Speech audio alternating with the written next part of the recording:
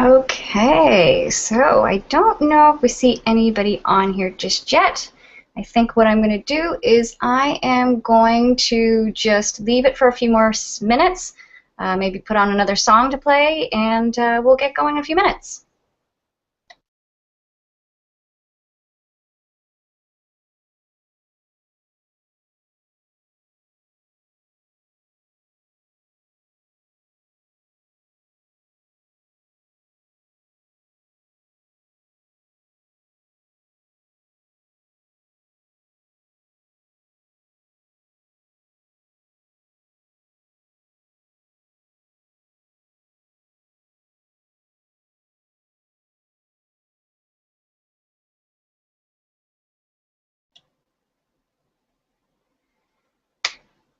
All right, so it is 12:59 and we are ready to rock and roll here.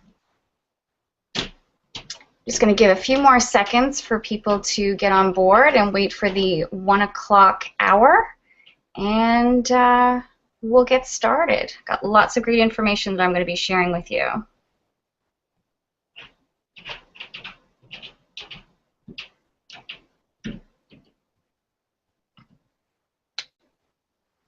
All right, it's 1 o'clock, so we're going to get started. You guys are going to be able to see me here. And hi, everybody. My name is Leslie Hughes. I am the principal of Punch Media, and let's just see. Okay, let's just try that again. Let's see. There I am. Okay, awesome. So hi, everybody. My name is Leslie Hughes. I am the principal of Punch Media, and I am a social media optimization, a social media trainer. And actually, I've got a little problem here with my computer decided to crash here for a second, so okay. Don't save that. Okay, never mind. I was trying to double record this from both the live version of Google Hangouts and also on my Camtasia, but unfortunately, Camtasia decided to crash on me because that's what technology does. So hopefully you can all still hear me. Let me just double check here.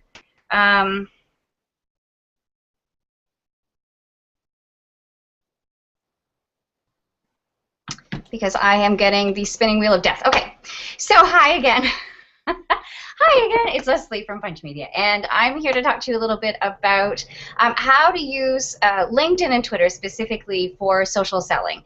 So I've got a great presentation with all sorts of information that you're going to be able to really take action and use. Let's say LinkedIn and Twitter are the two channels that I'm going to focus on predominantly here, to use social media in order to convert cold calls into warm introductions. So stay tuned. At the end of this presentation, I have a couple of different options that you can take action with. And also, I have my social media specialist, Jaden, on the line here, and she is going to answer any questions you may have. So if you haven't been on a Google Hangout before, up in the left-hand corner, I don't know if I can show you my screen, but up in the left-hand corner, you'll see a little chat box. So when you click on that chat box, then you will be able to enter questions into the chat box there, and Jaden will be sort of fielding those questions. Hopefully, we'll have a whole lot of questions at the end of this presentation that so you'll be able to walk away with all sorts of phenomenal information. So because I haven't done a Google Hangout before, this is a little bit new for me, so I'm going to hopefully show my screen at this point and get going here. So here we go. And hopefully you can see everything. Jaden will be messaging me if you cannot see it.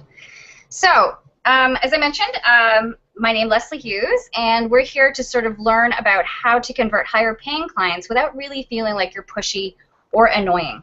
And so this also will have a lot of really great etiquette on how to actually connect with people, how to do a deep dive in research, and so much more.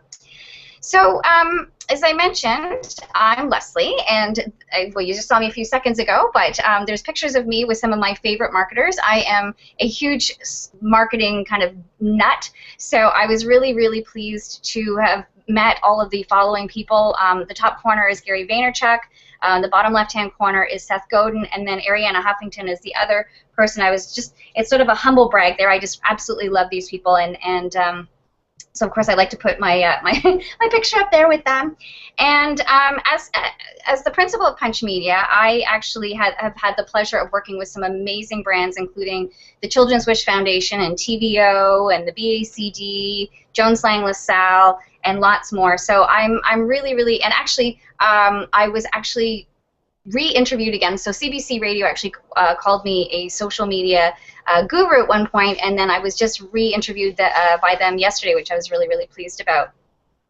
Sort of a little bit of a background just to make sure you know that I'm not full of nonsense and that I actually know what the heck I'm talking about. Is a little bit of a history about me and how I got to where I am today.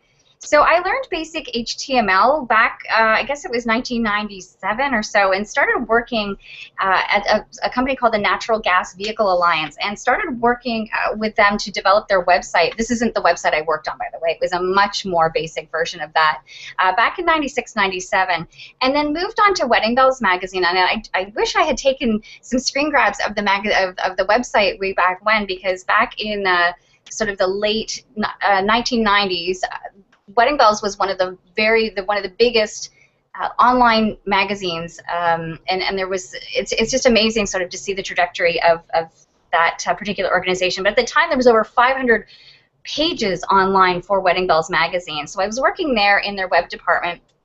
Then I moved on to a .com, and I don't know if any of you were around in the year 2000, but I was working at a company called MediConsult and was working with pharmaceutical brands such as Prozac and Novartis to really help design advertising and sponsorship programs. And as you probably know, the .com went .bomb within a year, and it kind of imploded. And then I started working with at a small agency called M Marketing with the Visa Win What You Buy campaigns and something else called the Visa Savings Passport. So kind of went away from the .com for a little bit to sort of direct mail, and then sort of circled back and started working in sales for Wedding Bells and Fashion magazine in 2003. And then started my business, Punch Media, in 2011, because it really sort of seemed that all of my experience with both online and offline sort of digital marketing and traditional marketing and sales, sort of everything sort of dovetailed together, and everything seemed a perfect fit for me when social media started to make its appearance at that point. So my passion really is to help people and businesses learn how to use tools such as LinkedIn and Twitter and basically strategy development and so forth, so that people can brand themselves properly and dominate the niche that they're in. And I really want to empower you today with confidence so that you know exactly what to publish and how to connect with people, and basically learn all the little tools that you can use in order to connect with higher paying clients. So just before we begin, also, I just sort of wanted to say, listen, I know where you're probably at. A lot of people sort of mentioned to me that they're feeling really overwhelmed, that they just don't have enough time for all the social media stuff. They're frustrated, they don't know where to begin or what to do next. And frankly, I've been exactly where you're at today. It really wasn't that long ago that social media sort of came about. And I remember feeling overwhelmed when there was just the big sites out there. And so I do this all day, every day, and I've spent hundreds and hundreds of hours researching and so forth and staying up to date on all the best practices. And frankly, I find these all to be very, very frustrating as well. But the really key important thing here is to stay focused on strategy, and that's the #1 sort of key thing here. So now some people love the word sales, and some people really love this whole idea about hustling. But for me, I find it a little bit intimidating. I've never been the kind of person who really likes to pressure people into making a decision or sort of pushing myself upon them. But I do love to build relationships, and I really love to help businesses, as I once mentioned as well.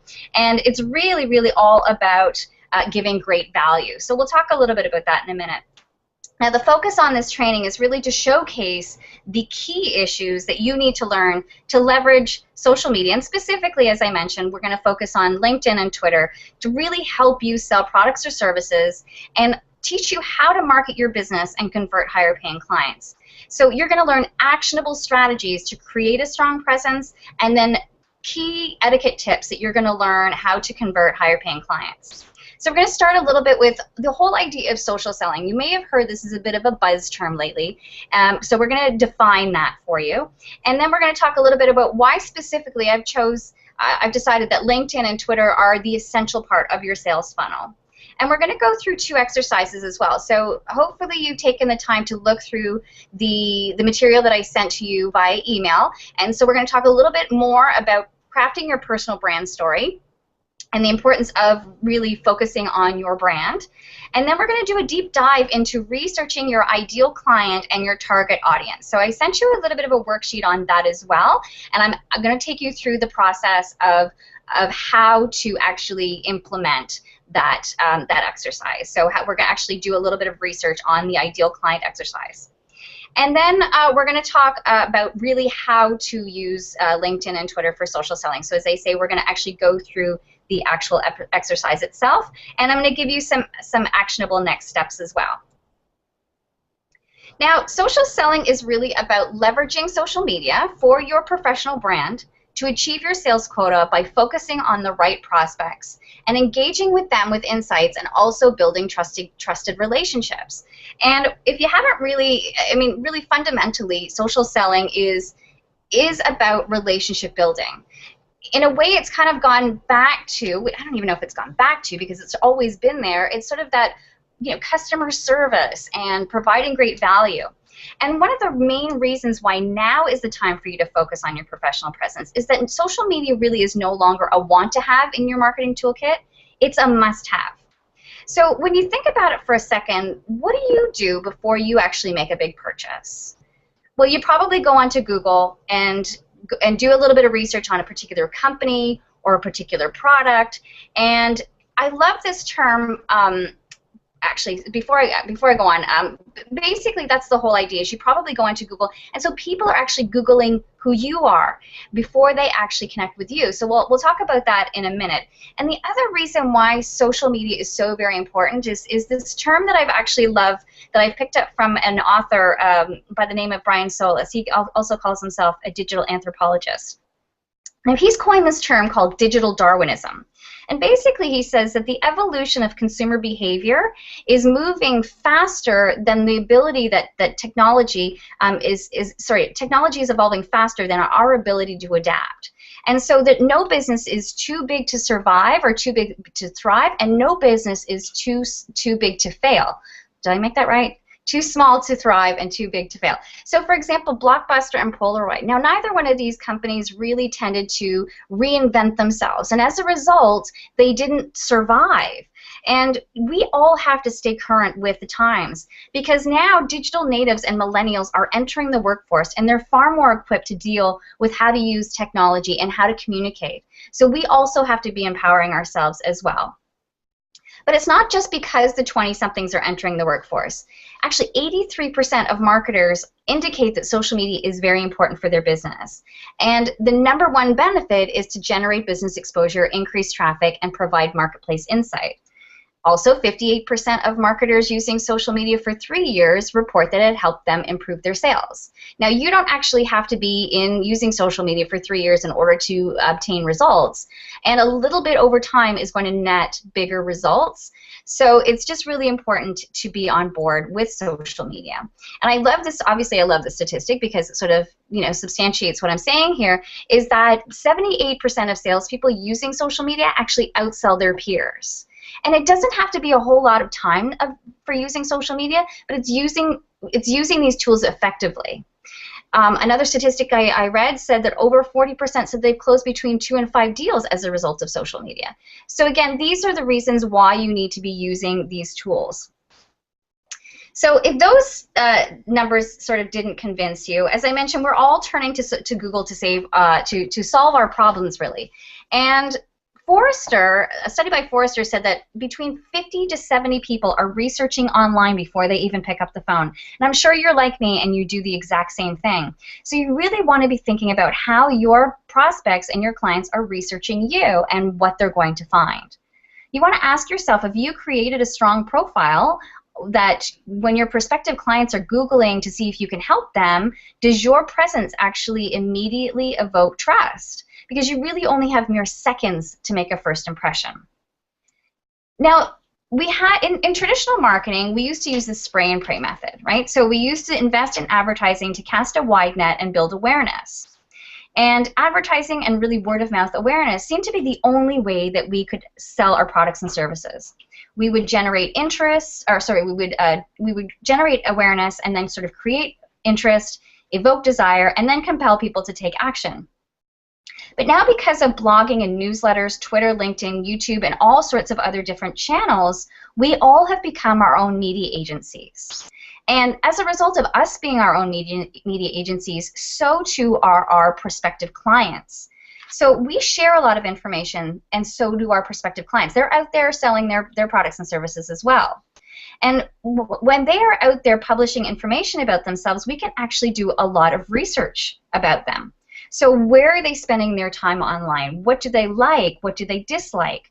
Are they using specific language or acronyms or any kind of sort of insider terms that you can glean from that? Because the more that you learn about your prospects, the more likely you are to be able to speak their language, to develop rapport with them, and then help to convert sales. So, for example, some different ways that like the subtle changes of wording can make a huge difference. For me, I often work with clients, but sometimes my clients work with customers. Sometimes my clients work with clients, or sometimes my clients work with patients. And so those fundamental shifts really make a huge difference when I'm speaking to them about their target audience. So it's important that we find our ideal clients and do a really deep dive on who they are, how they speak, what they want, and because the more that we gather and the more we mirror back the language that they're comfortable with, the more likely that we're going to build trust with them as well. So we also have to really remember here that social media is social. I'm finding that my frustration a little bit is that social media has turned into be a little bit of a pushed medium, where I'm finding businesses are simply pushing their messages out to the masses. And we have to remember that it's all about dialogue and not about monologue. That we have to really be thinking about sales as a two-way conversation using these channels. So let me just move a little bit forward here in setting up your strategy. Now, my formula is setting up your strategy and setting up your presence in 3 steps. And as I said, don't get overwhelmed with where if you haven't started already, or if you feel like you're just new to the game. You know, Rome wasn't built in a day, and a little bit over time is actually going to produce results. So my 3-step formula to really dominate yourself and your niche is, number 1, to create a strong presence. Now we're going to go through a little bit of a brand exercise today in order to craft your brand story. So this is number 1, is you really want to create a really strong, compelling presence for yourself that effectively tells the people who are finding you who you are and how you're different and how you help them. The second step is to connect with quality people, and I'll explain, but we'll go through an exercise why this is so important, but I just believe we don't exchange business cards without a conversation. So building a database based on quality is far more important than simply just amassing a drawer full of business cards that you never look at again. And as I mentioned before, the third step is that conversation piece, the social piece of social media, of conversing with your prospects. And that way you can convert business. And I'll give you some examples in a minute. So LinkedIn is one of the most essential pieces in your toolkit. LinkedIn, I think, frankly, everybody who's in business should be on LinkedIn, because with over 331 million members in over 200 countries, and 2 new members joining every second, this is the business site where business professionals aren't wasting time, they are investing time on this channel. The demographics for LinkedIn members are a higher socioeconomic status, they're more likely to be decision makers, and they have far more buying power than any of the other social media sites. And as I mentioned, LinkedIn ranks higher than all the other social media profiles on Google. So I think after this session, I really encourage you to take time to go to Google and type in your name. And you might just be curious to see which sites appear first. And so when people are going to Google and they're researching you, what does your profile actually convey about you? Is it up to date? Is it relevant? Does it showcase who you are? What makes you unique? And does it actually effectively, give an example on who you work with? Does it tell your brand story? So we are all personal brands. Over and above just the brands, let's just say some of us are working as solopreneurs and some of us are working for bigger organizations. So that brand story is our personal brand, but it's also our professional brand. And oftentimes that can dovetail really nicely together with your business brand as well for the company that you're working with. So does your profile sort of build trust with your audience? Because the stronger your profile is, the more likely you're going to gain opportunities. In fact, the more complete your LinkedIn profile, the more likely you're going to obtain opportunities as well. Now, I'm not going to go through a deep dive here on specifically on LinkedIn. We're actually going to be talking about social selling today. But I will be available to field questions at the end of the presentation. So if you have any questions about LinkedIn, I'm certainly happy to help you with that. So LinkedIn actually acts as your business card, your resume, and also your Rolodex. And this is why, again, building quality connections is so very important. You know, as I sort of mentioned before, we don't exchange business cards without a conversation. So if you don't know your connections, reach out and get to know them. And so one example that I have is a business connection I made with a very high profile female entrepreneur based in Toronto, and she sent me a standardized connection request. But I replied to her with an email to say, I don't think we've met before, but I would really love to get to know your business better. Can we get together for a cup of coffee? Now, I thought I was only going to get 5 minutes of this woman's time, but she ended up meeting with me for over an hour and a half. And at the end of the meeting, she actually invited me to connect with her, and she actually asked if she could introduce me to some more influential people in her network. And basically, she said, whatever I can do to help, let me know. And so that, for me, was one of the key moments for me to recognize what a powerful network LinkedIn can be, because you just never know who can open up a door for you. Now, just overview quickly on how LinkedIn works, if you don't know this already, that LinkedIn is really based on the theory of 6 degrees of separation, that the only thing that connects you between anyone else in the world is 6 people. So if you wanted to meet with the Queen of England, or if you wanted to connect with a surfer in Australia, it really only takes 6 people to connect you. But LinkedIn uses a model of 3 degrees of separation. Now, the first degree connections are the people you are actually connected to on LinkedIn, the people that you've actually accepted their connection request. And in this example, you can see that I've got Eleanor Schwab, Jeff Pulver, and Jody Steinhauer are my first degree connections. In this example, you can also see my second degree connection is Deepak Chopra, the famous doctor. And so this is why those quality connections are important, is because, as you can see at the very bottom there, there's a little Get Introduced link that I can click on there, and I can ask one of those 3 people to do me a favor and introduce me to that particular person. So that is just a quick overview on how LinkedIn sort of uses that 3 models of separation. Actually, it's a bit of a lark.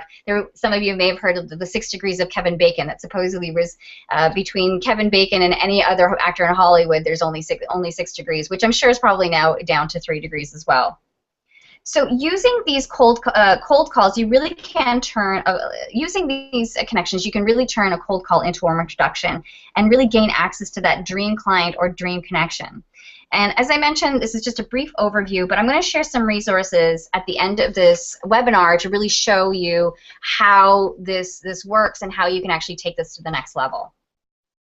Now, Twitter is also a great resource, but it really isn't for everyone. You have to spend more time on Twitter than any of the other channels really to gain traction and gain followers.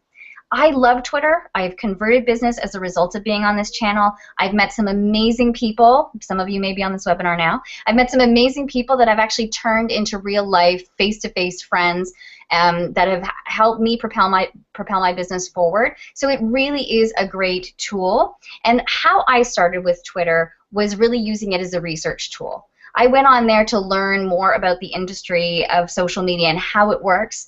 And it also helped me connect with other influencers, helped me connect with people within the industry of social media. And so you can also connect with influencers from your network as well. It's helped me stay current with breaking news, and I've also been able to extend customer service as a result of it. Actually, the person that I spoke with, I think it was Monday that I spoke with at the CBC radio, and that was through Twitter. So you just never know about being on Twitter whether that's going to actually open up some opportunities for you.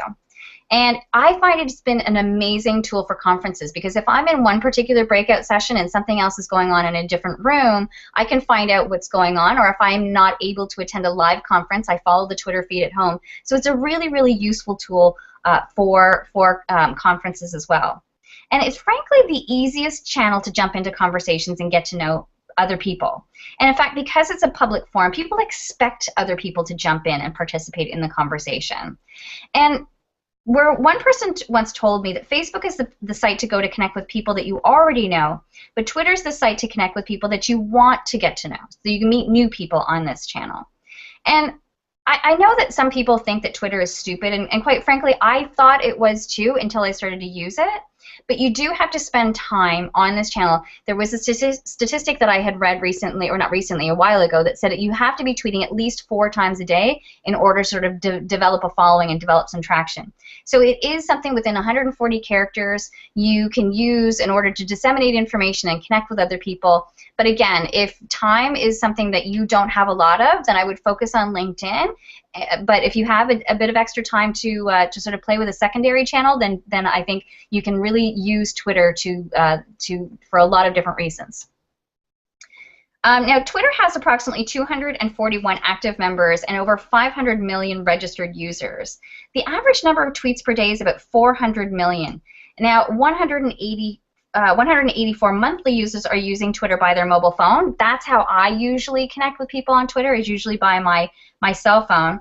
And the average number of followers is about 208. Now, I have about 5,000 connections, and that may sound like a lot, but it's not. Again, it's not so much about the quantity of people, but rather the quality. I would much rather have 208 people that are following me, that really are interested in what I have to say and that are interested in participating in the conversation, than 5,000 followers. Not that I'm upset about having 5,000 followers. It's terrific, but it really is more important to really focus on the quality over the quantity.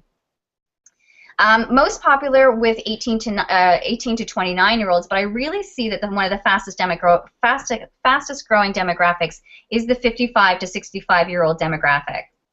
And the ratio is about 53% female to 47% male as well. And about 23% of adult internet users are using Twitter. So as I mentioned, people who use Twitter a lot, they love it, but you need to be using it quite frequently. So I'm going to show you in a little bit how you can jump into conversations. But let's circle back again and talk a little bit about the personal brand for a moment. Now, it's really important for you to create a strong presence. And the reason for that is because your business is a brand and you are a brand. And we all, as I mentioned, are our own media company. So we produce content and can showcase our expertise. Most of us no longer stay with the same company for life. So there's also another reason for that. So when you're showcasing yourself as a brand, you actually are showcasing yourself over and above sort of the business that you're working with. So it really is important for us to showcase our expertise, because we can gently lead people through the sales funnel and get inbound leads by positioning ourselves as an expert, as a thought leader. Now, when you produce information for people, you're ideally solving their problems, because frankly, we can Google almost anything on the internet now, and people don't necessarily buy information, they buy implementation. And sort of a little bit of a side note, so for example, I was able to look up on YouTube how to fix the fan that had gone on my dashboard, the one that went with the heater in my car. And so I was able to Google how to fix that on my own. Now, I wouldn't trust myself to fix the brakes on my car, but something that I could easily, make a few amendments to, a few changes, change a spark plug or something like that, is something where I can Google that information, but when it comes to implementation, when it really came down to the hard stuff, I'm actually going to hire someone to do that. So just to quote Amazon founder Jeff Bezos, he says, your personal brand is what people say about you when you leave the room. So it's really not about what you tell your clients or your prospects. It's really what your clients and prospects say about you. So we're going to do a little bit of a brief exercise to take a look at your brand story. Now, I hope that you took an opportunity to go to the LinkedIn summary exercise that I'd sent to you when you registered, because frankly, it took me a few hours to put that together, but it is a really, really useful tool. So just to go through that again, you really want to think about how you are different than everybody else out there. And you're going to want to answer, frankly, who your target audience is so that your prospects, your prospective clients know immediately who you are, how you work with them, and how you solve their problems. And you want to make this crystal clear. You shouldn't really be afraid to carve out a niche for yourself. I know a lot of people, including myself, are a little bit nervous to say if they work with a particular niche or if they do something specific, then that's going to exclude all sorts of other businesses. But in fact, it's not true. It's almost the opposite that happens. The more you sort of define your niche, the more you're seen as an expert, and you immediately become that go-to expert. So for example, I'm a professor of social media, and I teach a social media marketing certificate at the University of Ontario Institute of Technology, but I've done my best to really become the LinkedIn gal. I've done my best to really showcase myself as somebody that works in that particular vertical. It's not because I can't do all the other social media stuff, but I really want to be the person that people think of when they think of LinkedIn and training. So you really want to understand what your clients' biggest problems or challenges are when you speak to them. So you almost kind of want to be a psychic or a mind reader of sorts, that you want to be 10 steps ahead of the problem that they may not even know that they have. So you want to think about what their biggest challenge or problem that they have is. And again, you sort of want to mirror back to them that, hey, listen, I know exactly where you are, I know where you've been, and I'm here to help. And how your business solves the problem as well. So you really want to showcase the specific key things that your business does to really help you solve the problems that no one else can seem to solve. And you also want to clearly define to yourself what makes you different than your competitors. And again, that worksheet is really going to help you to really formulate a comprehensive brand story. These are just fill in the blanks right now, but eventually, and using that particular worksheet, you will be able to craft your story through that. Now, your core values also are a big important part of your brand story as well. So, for example, my professional brand, the business that I have, you can see there, is like hot pink. There's a little bit of splash of hot pink, but my colors are really like a dominant red and an orange, and my business is called Punch Media. Now, when I'm not in the room, people usually tell me that I'm energetic and that I'm really passionate at what I do, and I talk really quickly, and I'm really excited, and so those colors and the energy that I bring to my brand really kind of dovetail together. So I'm all about energy, education, empowering people to feel confident about their professional presence. So for me, that's my brand story. And so I really want you to think about how your core values align with your brand story as well. You can include in your LinkedIn profile, and also if you're going to use Twitter, we'll talk about that in a minute, what your proudest accomplishments are. So for me to have been called a social media guru by CBC was a pretty proud accomplishment of mine. And you also want to be thinking about keywords that your target audience will use when they're searching for you. So this is another key element for fleshing out your brand story as well. So when people are looking for you, what are they keying into Google? Now, one of the things that's sort of interesting that I find that people say, I'm not really comfortable about talking about myself. It's really hard for me to toot my own horn. But what's great about LinkedIn is it's the channel where you're actually supposed to highlight your accomplishments. And it's so much easier to promote yourself as an expert when you highlight, this is what I'm really proud of, this is what I'm so excited about. And if you're not tooting your own horn, then really who's going to do it for you? So it's a lot easier to do it from behind the computer and really showcase and highlight all your accomplishments and what you stand for using a tool like LinkedIn. So you really, once you've developed your brand story, you really want to put that everywhere. So you can put your bio on the company website. I mean, if you're a solopreneur, obviously this is a lot easier than if you're a bigger organization, But on your LinkedIn summary, you have 2,000 characters to really flesh out who you are and how you help your audience. So this is really, really important for you to spend your time. In fact, it's actually a living and breathing document too. So this is not something, once you set it, don't forget it. You want to keep this up to date with the most relevant information about who you are. You may want to put calls to action in your LinkedIn profile to say how people can get in touch with you, who you work with, any of those other things that really can highlight exactly why people should be doing business with you. As you can see here, your Twitter bio is a lot smaller. There's only 160 characters, and you really want to tighten things up to make sure that right away that people know exactly who you are and how you help them. And if you are challenged with any of these, having to write your profile or your brand story, you can give me a holler, because actually I do this for my clients all the time. I offer LinkedIn writing services for executives that frankly don't have the time to craft this for themselves. So you can give me a holler if you need a quote for these services. So we've gone through the process of creating a strong presence on those two particular channels. And so our next step is to connect with those quality connections. And the best strategy for social selling is to laser focus on your ideal client. As you remember, I talked a little bit about that inverted sales funnel. And you may remember that it got started with find, connect, and then convert and keep. So I provided that exercise, the ideal client avatar exercise, in the email. And the more that you know about your client, the better equipped you are to talk with them. You can mirror language back to them, and you can find the right words and understand all the things that they're saying by really doing a deep dive on who they are. And I'm going to, again, show you an example on how we do this in just a moment. So, but taking a look at their profile, like maybe you want to take a look at their LinkedIn profile. Is there information about their current position or past position that you can gather from about them? If they're on Twitter, what are they tweeting about? The more information that you can gather about who they are, and then actually what you want to do, we're sort of looking from the broad perspective here. And what you can do once you have narrowed all the commonalities of your ideal sort of target audience, so if you look at it from an audience perspective, you can actually create a singular person. And you probably want to create a fictional name to that person. I'm going to probably even Google a fictional image that aligns with that person.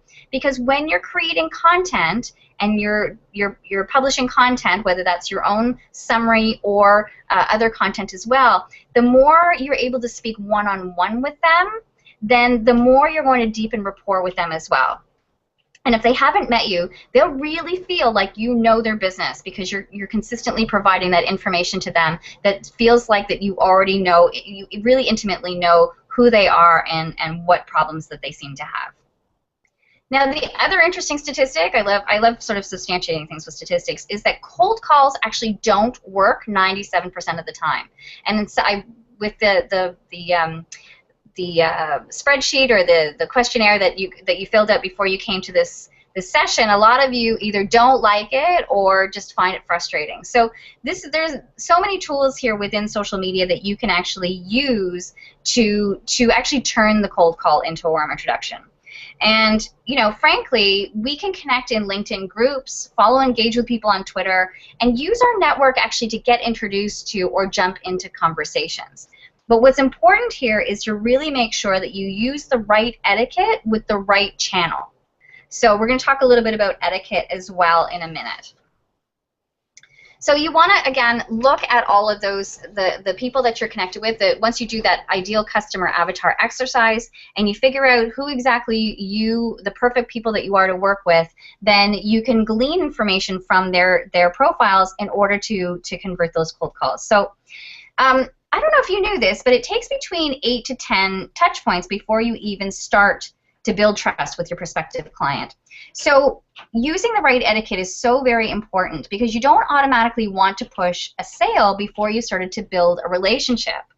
So let's just take, for example, just a very, very top-line overview. This is not a deep dive on how you could use LinkedIn in order to turn a cold call into a warm introduction. So you would want to look at their profile and see, where did they go to school? Maybe they went to your alma mater. Or do you perhaps have a common connection who could introduce you? You can always engage with them in their LinkedIn groups in conversation. And when you are sending an invitation to connect with someone, usually I just simply pick the colleague button, because I think a lot of people sort of get confused as to which sort of button to push there when you're connecting with someone. I always send a personalized note, and I usually pick the colleague sort of option, because if I click on I don't know or other, it gets far too complicated. So I just go with the colleague button, and I'm not really quite sure why why they actually have all those different buttons, other than sort of fielding out people that don't really know each other. Let's just say for this example, I met Wanda at a conference, and I want to basically send a personalized connection request to her because I want to remind her how we met before. Or if we haven't met before, why do I want to get in touch with her? So this is really, really important. It's one of the key essential elements on LinkedIn to reach out and make those introductions is to simply use that connection request and personalize it. And what's so important about that, again, that quality over quantity is your network is your net worth.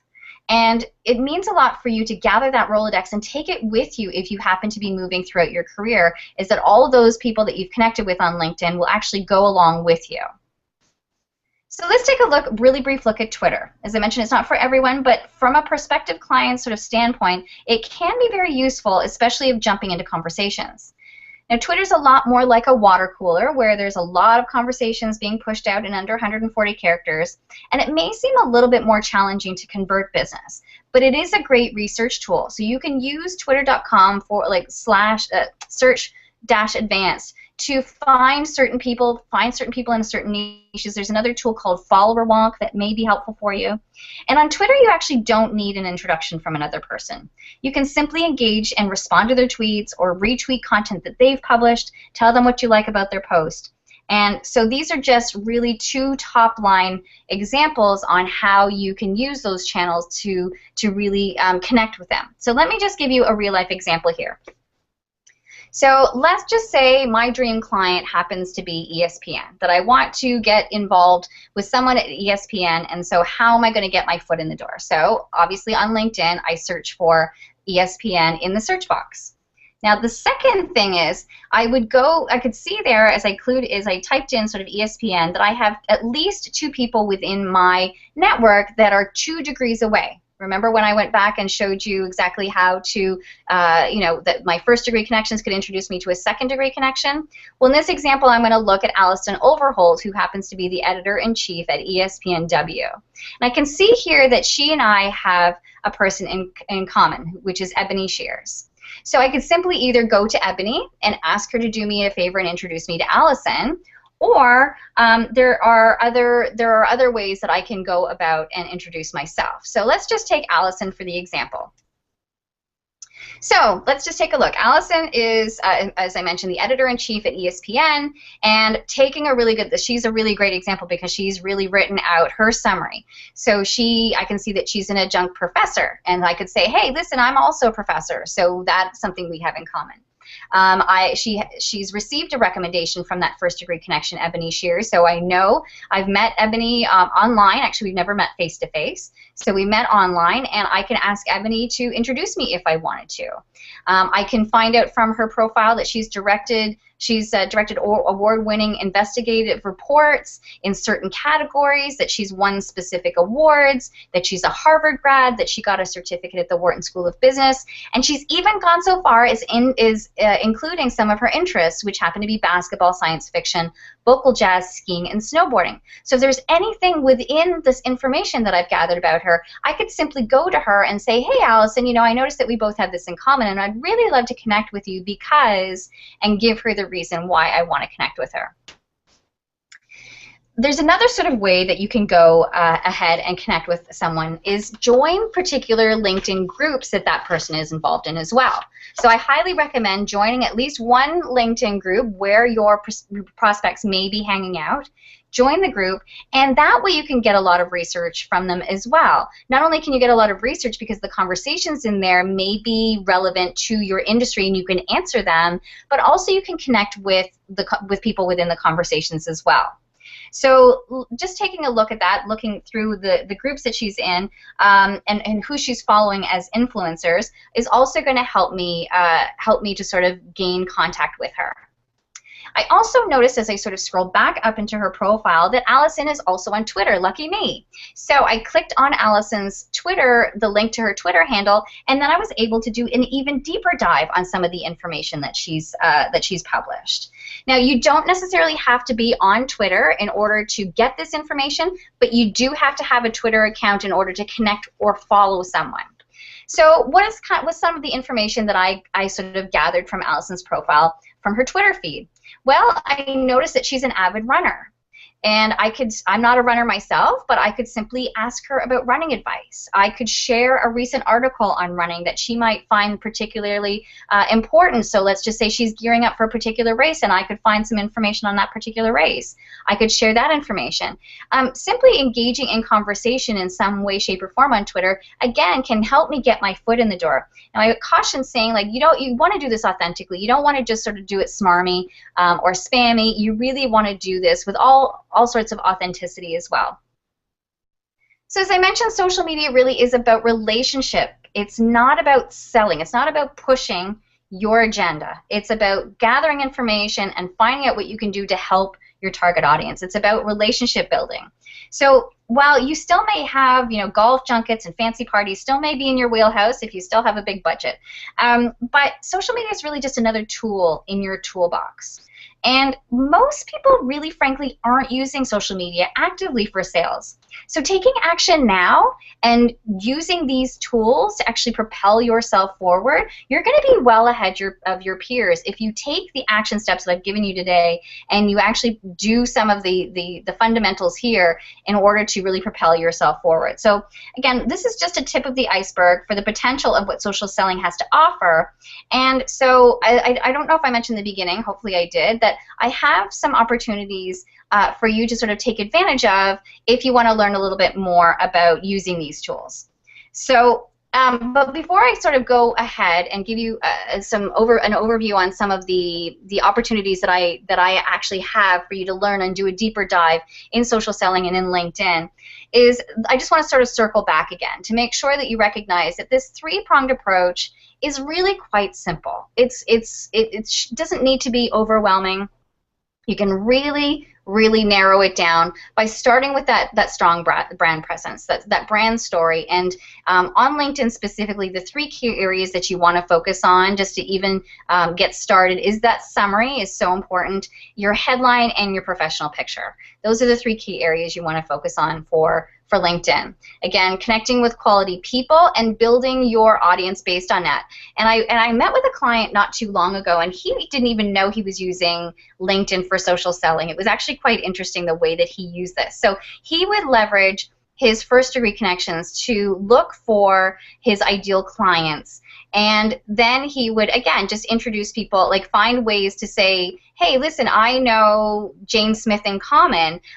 This is what I do, and I'd really love to connect with you on LinkedIn. Now, he didn't do any selling right away. What he did right away was, or within the day, was follow up with a phone call to that person right afterwards, or like within the day, and say, hey, you know what, we just recently connected on LinkedIn, and I was wondering if you had a moment for me to sort of talk to you a little bit about what I do and how maybe I can help your business. But before he actually made that phone call, he did his research, he sent the connection request and all sorts of things. So it does take a few touch points in order for you. Gary Vaynerchuk has a great book called Jab, Jab, Jab, Right Hook. And the metaphor of that amazing book is you want to give, give, give. So when you're ready for the sell, you have already given, given, given. And when you're ready for the sell, you go in with the right hook. So, and that's all about, having conversations. And that way you're going to propel, you're going to actually convert business that way. So, so we talked again about that three-pronged approach. And unfortunately, I don't have, obviously we only have an hour to sort of go through a lot of this material. And so I just want to say that I am actually showcasing all of this in a masterclass that I'll be just talking about in a second. So I think one of the most important things before I sort of wrap up the training part of this is to remember that the social is a conversation, and that conversation builds awareness and trust, but social selling doesn't end there. It's just the beginning. So once you've acquired the client, you really want to stay in touch with them. You don't want to pass it off to someone else that doesn't. One of the clients that I was working with at Wedding Bells, she and I went for lunch the other day, and she said, it's interesting. A lot of times in sales, people will say, I only hear from my sales rep when it's time for me to renew my contract. I was never about that. I was always interested in following up with people in between the time that it was, the time was up for renewal. And that person said that it really made a huge difference when I was their sales rep at Wedding Bells, because I really genuinely cared about their business, and I was constantly touching base with them to see how things were going. So you want to make sure that you're closing the sale is the beginning of a long-term relationship. So, and you know, you want to think too that social media, maybe we are connecting computer to computer or device to device, but really it's about sociology and psychology more than it is about technology. And that was a huge shift for me. Once I saw this quote from Brian Solis, the guy that I was talking about, the digital anthropologist that I talked about earlier, once I saw this quote from him, it made complete sense to me that we treat people online, we should be treating people online the way that we treat them face-to-face and in real life. So it doesn't change. So I just wanted to sort of give you a few different options on what you can do in order to really help take yourself and take your presence into sort of the next step. So the first thing is this online training program that I have. It's 3 video modules under an hour in total, and it's online already, and it has a LinkedIn workbook. Now you've already seen the LinkedIn summary that comes from that workbook. There's mini modules, and there's also an online question and answer group that I've invited you to join as well. And basically, you have lifetime access to this video training program. That's $97 Canadian. So if you're calling in from the States, it's an even better deal. I'm just in the process of launching a masterclass. And this is 6 weeks of really one-on-one, really one-on-group, really, of a smaller, intimate group where there are going to be actionable exercises, live Q&A office hours, and you know, included in that bonus is also access to the LinkedIn training program as well. So really it'll be sort of a turnkey program, 6 weeks of videos and exercises and one-on-ones with me that you'll be able to really take a good deeper dive into to how social selling really works. And then the third option is, you know, you can connect with me. As I mentioned before, I do LinkedIn writing and optimization for clients like Guardian Life Insurance Company of America and so forth. And so if you just want something turnkey and you really want to delegate creating that presence to me, then you can also connect with me, and I'll give you a quote on those services as well. So I wanted to tell you a little bit more about this masterclass. So I've outlined here that the class itself is going to be a 6-week program, as I mentioned, starting on March 25th. And we're going to do kind of what we talked about today, but a much, much deeper dive each week on, you know, developing the strategy and the framework, crafting your brand story, creating that ideal client avatar, going through some social media body language and etiquette. So this is kind of a fun one where I'm going to actually be talking a little bit more about some cues for social selling and some ideas on how to gain rapport with people using social media and other ways to help to convert business as well. On April 22nd, it'll be sort of extending the reach even further and converting new business, and then wrapping it up all together. And you know, like every infomercial, but there's more. There's an accountability group. So this is the key part that I find is so important, is being connected with other people that hold me accountable to make sure that I get my work done. So there will be an accountability group, and as I mentioned, those weekly office hours where people can call, you can call in and connect with me and connect with the class and so forth. You'll have free lifetime access to that LinkedIn training that I mentioned, and at the end of it, I'll also audit your LinkedIn profile for free. So I'm going to be opening up the basically in the group chat. There's a group chat, as I mentioned in the beginning, up in the top left-hand corner. If you have any questions about this or anything else, go ahead and start typing them into the chat box, and Jaden is going to jump on board to field some of those questions and answer them in a second. So does anybody have any particular questions? Yeah, so just kind of sliding through the end here. Actually, one thing before I mentioned, it's only $599 for the masterclass, but the early bird rate, if you sign up before before March 1st, is $499 Canadian. So I said this is 6 weeks of a program that will be really intensive. It'll be really, really helpful, and you will, you know, if you convert one client as a result of booking with this program, it'll be really, really, really worth your investment. So I'm not seeing any questions so far in the Q&A, but I sure know that there's probably questions out there, so I was smart enough to think about some ahead of time. Go ahead and type them into the chat box if you want. and Jaden will come on board if there is anything. But in the meantime, I'm going to answer my own questions and answers because I constantly, there's a couple questions that I get when I'm training live. And number one is, should I pay for a premium account on LinkedIn? And that's a really good question. And it really depends upon whether or not you are going to use it, number one, because it's really quite an expensive investment for sales. But if you are converting business and you're getting your return on investment, then it's important. Then it really would be worthwhile. So it does help provide you with a deeper dive for research, and it allows you to sort of bypass connection requests, using InMail. So I don't know if you're familiar with InMail, but InMail is one of the most powerful aspects of LinkedIn. And so it allows you to sort of bypass the gatekeepers by sending an immediate email to people on LinkedIn. So I know a lot of people who have used premium accounts absolutely love it, but you really have to actually be using it to reap the rewards.